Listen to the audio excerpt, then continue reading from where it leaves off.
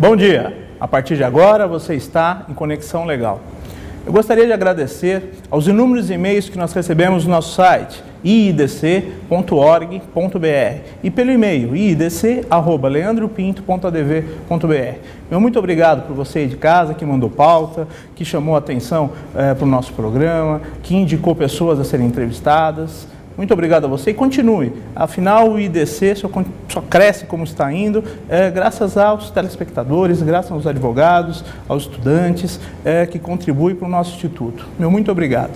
O livro da semana é o curso de Direito Tributário da desembargadora Regina Helena Costa. Eu indico o livro porque a professora Regina, além de ser uma grande estudiosa do direito tributário, sempre se dedicou a esse assunto. Tem várias obras escritas e é muito séria no trabalho dela. Então, você aí de casa, se quiser concorrer a esse livro, ingresse lá no nosso site, idc.org.br, preencha o cadastro e nós estaremos sorteando esse livro no final do mês.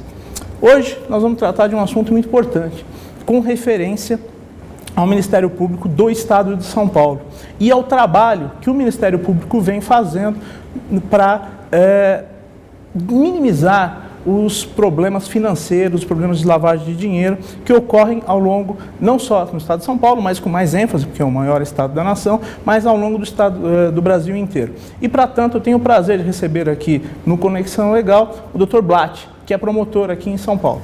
Bom dia, doutor. Bom dia, doutor Leandro. É um prazer estar aqui contigo, com seus telespectadores. O prazer é todo nosso. Muito obrigado por ter recebido, por ter aceito aí o nosso convite. É uma honra.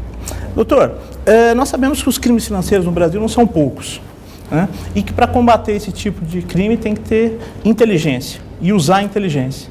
O que o Ministério Público do Estado de São Paulo vem fazendo com referência a isso?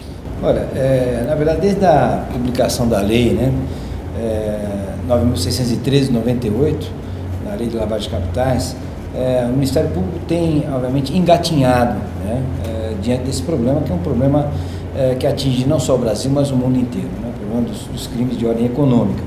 Inclusive, a primeira denúncia oferecida no Brasil, dos crimes contra a lavagem de capitais, foi oferecida na época por mim e por mais uns companheiros, no caso da máfia dos fiscais. E nós tivemos muitos problemas, até porque o Poder Judiciário não estava devidamente preparado para compreender, né, a dimensão dos crimes econômicos. De lá para cá, obviamente, muitas coisas aconteceram. Nós tivemos aí casos de grande relevância no mundo jurídico, aí na esfera penal, porém, eu entendo que ainda os instrumentos são arcaicos, as polícias não estão devidamente preparadas no combate à lavagem de capitais, muito embora já exista um progresso importante. Nós temos um problema, assim, que eu acho que é um problema de ordem nacional, que é a espetacularização das ações da Polícia Federal e de outros órgãos com relação aos crimes de colarinho branco, né, e até mesmo alguns projetos que estão em trâmite no Congresso Nacional, que visam, obviamente, assegurar a impunidade a determinados elementos, né, que cometem esse tipo de criminalidade. Que é Como funciona isso? Eu acho que, por exemplo, o projeto do deputado federal Mentor, anistiando, né, ou permitindo as pessoas que têm contas no exterior e que não apresentaram, obviamente, suas declarações à Receita Federal, repatriar esse dinheiro sem, obviamente, pagamento de imposto? Sem pagamento de imposto ou com uma redução considerável, desde que o dinheiro seja repatriado, sem saber exatamente a sua origem, se é de caixa 2, de empresa, ou se é de tráfico de drogas. O importante para esse deputado seria que esse projeto passasse para que o dinheiro voltasse para o país. Mas não é assim que as coisas têm que funcionar. Se viesse até de corrupção, né, como é o grande caso. Certamente muito dinheiro, inclusive dinheiro que serviu, inclusive, sobras de campanha, dinheiro não contabilizado, né, exemplo do que aconteceu no Mensalão. Então, essas coisas, como a população e os operadores do direito normalmente não gostam de matemática, não gostam de contabilidade, só para perguntar para qualquer telespectador do seu programa, né, da área jurídica, quem gosta de matemática, né, quem gosta de contabilidade, quem gosta de uma análise financeira. A maioria vai correr, exatamente por conta dessa resistência do mundo jurídico, é que essas forças ocultas, né, a estabelecer que os crimes financeiros restem aí impunes pelo Brasil afora. Bem ou mal, existe um lobby por trás disso, né, doutor? Não dá para ser tão ingênuo ao ponto de imaginar que a legislação ela não se adequa às necessidades da sociedade por conta, exclusivamente, por uma falha do Congresso Nacional. Existe também um interesse por trás disso tudo, né? Interesse econômico brutal, né? Eu me lembro, há muitos anos atrás, uma grande instituição financeira com sede na Avenida Paulista, né, em um determinado andar, né, dessa sede, dessa grande instituição financeira, as malas de dinheiro chegavam para ser encaminhadas a paraísos fiscais. Ou seja, é claro que há interesses de ordem econômica de grande vulto e isso... E o próprio meio escuso, né? Porque isso não se justifica. Acaba servindo como barreira para que seja dada uma efetiva legislação e, mais do que isso, se aparelhe o Estado, né, a polícia, o Ministério Público, as varas especializadas que já existem, por exemplo, na esfera federal, mas não existem na esfera estadual, no combate à lavagem de capitais, por exemplo. O Ministério Público já se preparou para essa nova demanda na sociedade? Nos últimos anos, o Ministério Público tem engatinhado, como te disse, obviamente, já deu alguns passos, talvez até, mas ainda é pouco. Mas existe já um grupo criado dentro do Ministério Público chamado GDEC, que é um grupo exatamente especializado no combate à criminalidade econômica. Alguns colegas lá trabalham com alguns casos dessa magnitude, mas temos um laboratório de análise de lavagem de capitais dentro da estrutura do Ministério Público Estadual, mas isso ainda é insuficiente diante da demanda e, obviamente, da magnitude desses crimes que são praticados. Doutor Blatt, nós vamos para um rápido intervalo e já retornamos. Você aí de casa, continue conosco em Conexão Legal.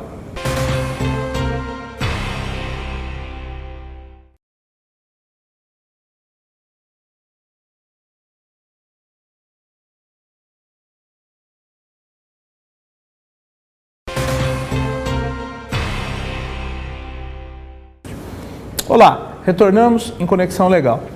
Eu gostaria de convidar todos vocês aí de casa a ingressar no nosso site idc.org.br e lá vocês terão acesso a todo o Conexão Legal, a todos os programas e também a diversos artigos que nós publicamos lá no nosso site. Também convido você a me seguir no Twitter, porque pelo Twitter nós mandamos, entre outras coisas, pautas dos nossos programas, um novo calendário de acesso ao Conexão Legal, que teve a sua grade aí alterada na TV Justiça e também nas TVs afiliadas. Então fique ligado lá no nosso Twitter, fique ligado no nosso site, que você vai ter informações de ponta com referência ao Conexão Legal e também com informações de todo o mundo jurídico. Nós estamos hoje tendo o prazer de receber no Conexão Legal o Dr. Blatt, que é promotor de justiça aqui no estado de São Paulo, que está falando um pouquinho sobre crimes financeiros. Nós estamos discutindo, e ele falou no primeiro bloco, com referência às legislações e com referência a um laboratório que o Ministério Público do Estado de São Paulo tem aqui, com referência à lavagem de dinheiro. Dr. Blatt, como funciona esse laboratório de lavagem de dinheiro e qual é o objetivo dele? Olha, foi o primeiro laboratório implantado no país, inclusive com uma parceria com a Secretaria Nacional de Justiça. Quando à frente da Secretaria estava o Romeu Tuma Júnior, foi implementado esse laboratório. É um laboratório que obviamente é integrado por técnicos, né, especializados na área econômica, e o Ministério Público recebeu um software e obviamente toda a capacitação tecnológica para fazer análise financeira de movimentações financeiras suspeitas, obviamente sempre, né, precedidas de ordem judicial. Então, para você ter uma ideia, doutor Leandro, o primeiro laudo desse laboratório, inclusive, ele foi emitido num caso em que eu estou atuando, que é o caso da Cooperativa Habitacional dos Bancários, onde foi possível detectar, inclusive, a movimentação suspeita da Cooperativa Habitacional dos Bancários, a Bancop, que tem mais de 3 mil vítimas especificamente, e lá nós percebemos exatamente por dia de movimentação, por mês, quantas pessoas foram beneficiadas em determinada conta corrente, enfim, é um nível de detalhamento que até então, até pelo menos o ano passado, nós não tínhamos, ou seja, toda a análise financeira digitalizada. Então é algo que não substitui o laudo pericial, né? É um elemento a complementar uma ação penal e, obviamente, o laudo pericial, o Instituto de Criminalística, a contraprova com relação à parte contrária, tudo isso, obviamente, dentro do devido processo legal. Mas já é um grande salto de qualidade. E em São Paulo também a Polícia Civil, a Polícia Judiciária também já está com um laboratório desse de tecnologia, exatamente para análise das informações. Mas não adianta ter um laboratório se você efetivamente não preparar pessoas preparadas, os promotores, juízes, advogados, para saber o que pedir ao laboratório. Não adianta ter alta tecnologia se eu não sei o que eu vou procurar. Então, ainda falta um pouco assim, de instrumentos de capacitação dos profissionais da área jurídica. Isso, inclusive, eu estou analisando para a dissertação de mestrado na PUC, na área de Direito Econômico, né, tendo lá como professor orientador o professor Nelson Nazari também, o professor Ricardo Saeg, que tem me ajudado muito, inclusive com sua obra de capitalismo humanista, para que a gente possa, evidentemente, buscar elementos, subsídios a instruir as pessoas que vão trabalhar com esses laboratórios ou trabalhar no combate ou defendendo alguém com relação a crimes financeiros. Sim. Como funciona a processualística desse laboratório? O Ministério Público faz o requerimento para o Judiciário, o Judiciário autoriza e autoriza a quem? O Banco Central? O Banco Central encaminha essas informações, obviamente passando pelo crivo do Judiciário, a autorização para que se remeta ao promotor, obviamente ele tem o dever de sigilo funcional, é feito este laudo, né, do Ministério Público, que obviamente pode dar início à ação penal, né? É claro que a defesa, enfim, as partes interessadas podem contestar esse laudo e eu acho que aí há a complementação necessária do exame pericial, né, do Instituto de Criminalística, ou algum... Não seria nem um laudo, seria um instrumento de prova, né? De prova. Uma prova inicial, sim, né? Onde se verifica, e obviamente com mais responsabilidade... A materialização do crime. Uhum. Com mais responsabilidade do que antes, porque antigamente se pedia... Com fatos, né, doutor? Os fatos concretos. Porque antes se narravam os fatos, mas não se tinha uma efetiva prova. A questão da dinâmica financeira, sim, ficava meio que com assim... um aspecto fantasmagórico na ação penal, né? Ou seja, não se tinha algo concreto. E até pelo princípio da celeridade processual, isso é importante. Eu acho que é de fundamental importância, não só para o Ministério Público, mas para a defesa, para as partes, aqueles que estão, obviamente, envolvidos no devido processo legal, como mais um instrumento, né? Obviamente, a busca da verdade real no processo penal. Acho que é de fundamental importância. Então, a gente ainda está amadurecendo dentro dessa área de delitos econômicos.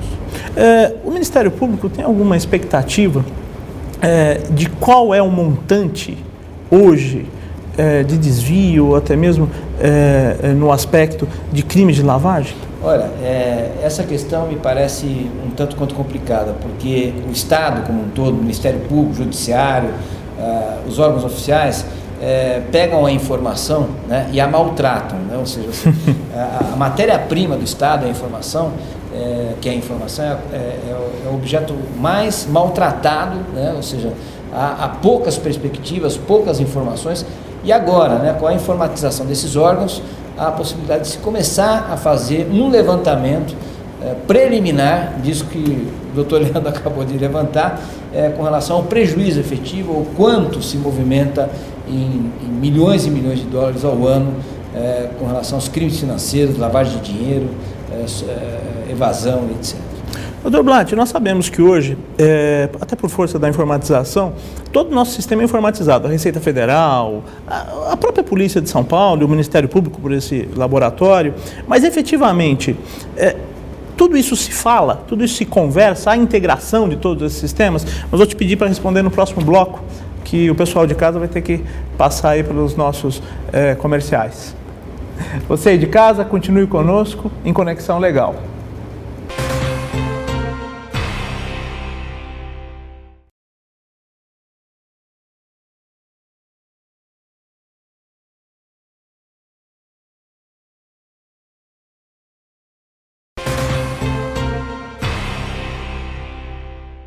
Olá, voltamos em Conexão Legal.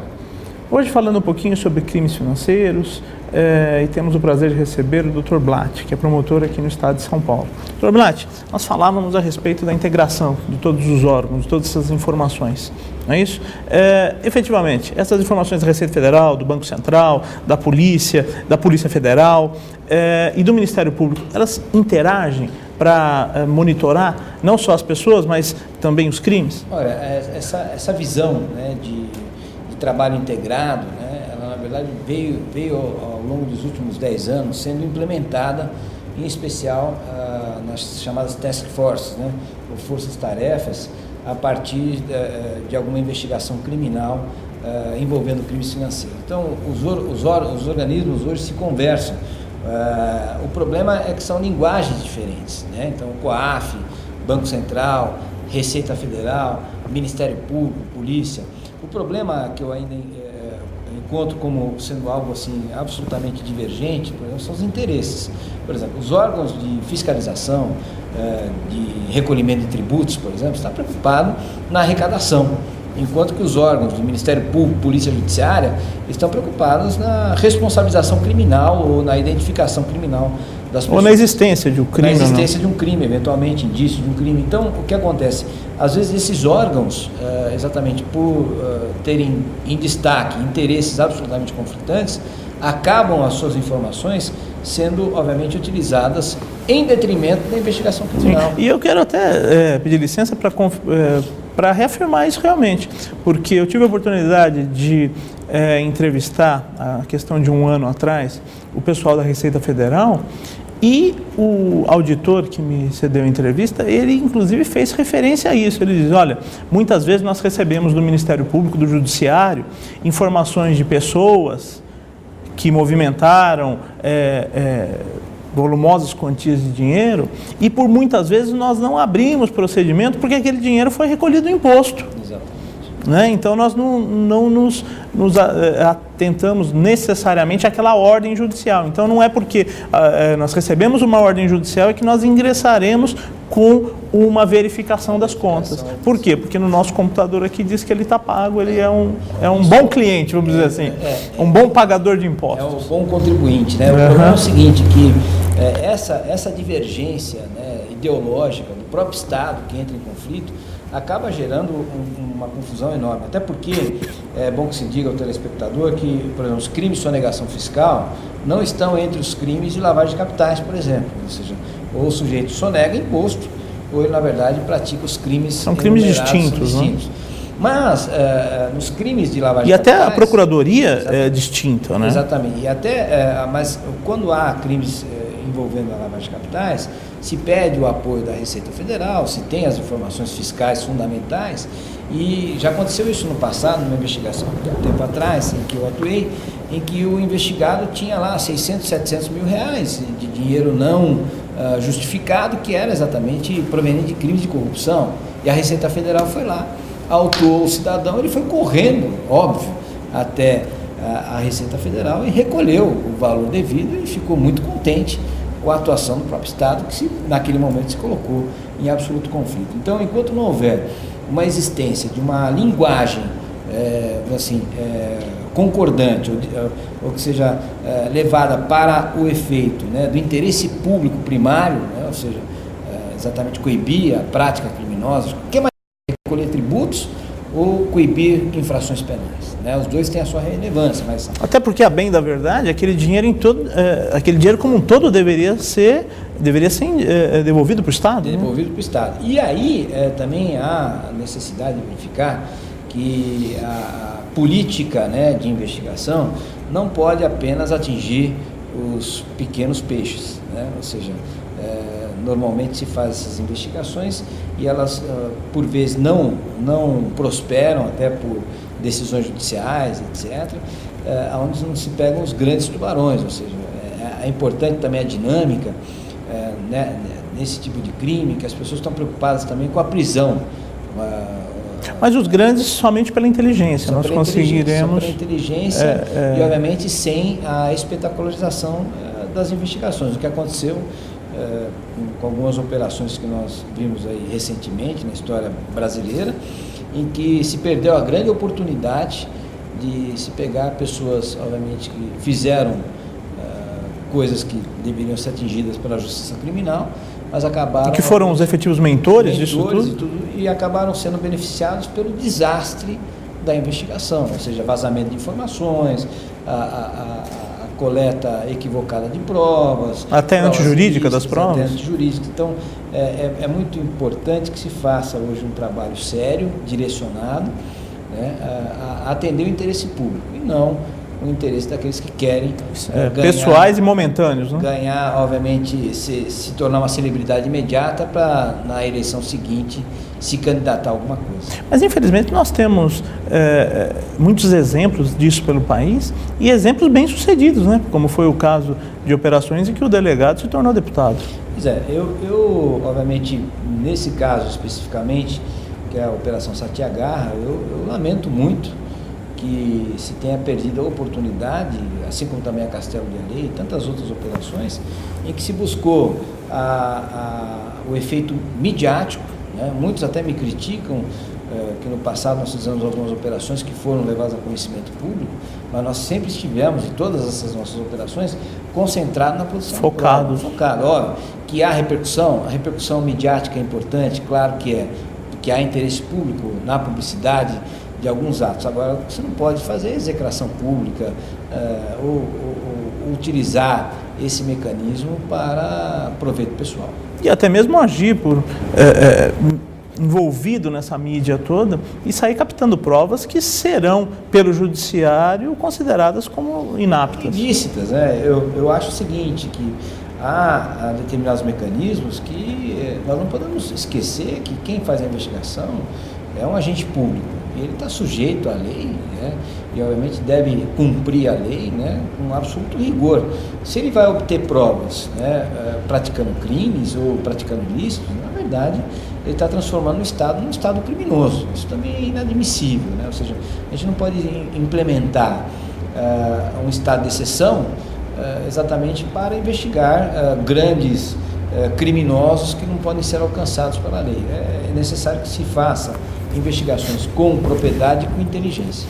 Doutor Blatt, mas é importante também dizer para o pessoal de casa o seguinte: quando a gente fala em crimes financeiros, muita gente tem a ideia de que são crimes ligados a uso de drogas, os crimes ligados a crimes, organizações criminosas, e não são simplesmente esses crimes, né? Nós temos conhecimento de crimes que são cometidos por grandes empresas, a partir do momento em que elas criam lá seu Caixa 2, e esse Caixa 2 fomenta uma série de outras ações, que dessas ações advém crimes de corrupção, crimes de colarinho branco de forma geral. Crimes contra o sistema financeiro nacional. Sistema financeiro nacional. E assim, a ação do Estado muitas vezes se preocupa em prender o criminoso, quando na verdade é um dos segmentos importantes. Não só, é importante também destacar uma parte da investigação na recuperação desses ativos que foram desviados. Então, o que se vê muito eventualmente, algumas prisões, e obviamente essas prisões ao longo do tempo são revogadas, e as pessoas respondem em liberdade, mas o problema maior não é detectado ou não é alcançado, que é exatamente a recuperação judicial desses valores. Até conversando uma vez com um agente da FBI, ele dizia o seguinte, que o lugar que mais dói no corpo humano é o bolso. É o bolso. Né?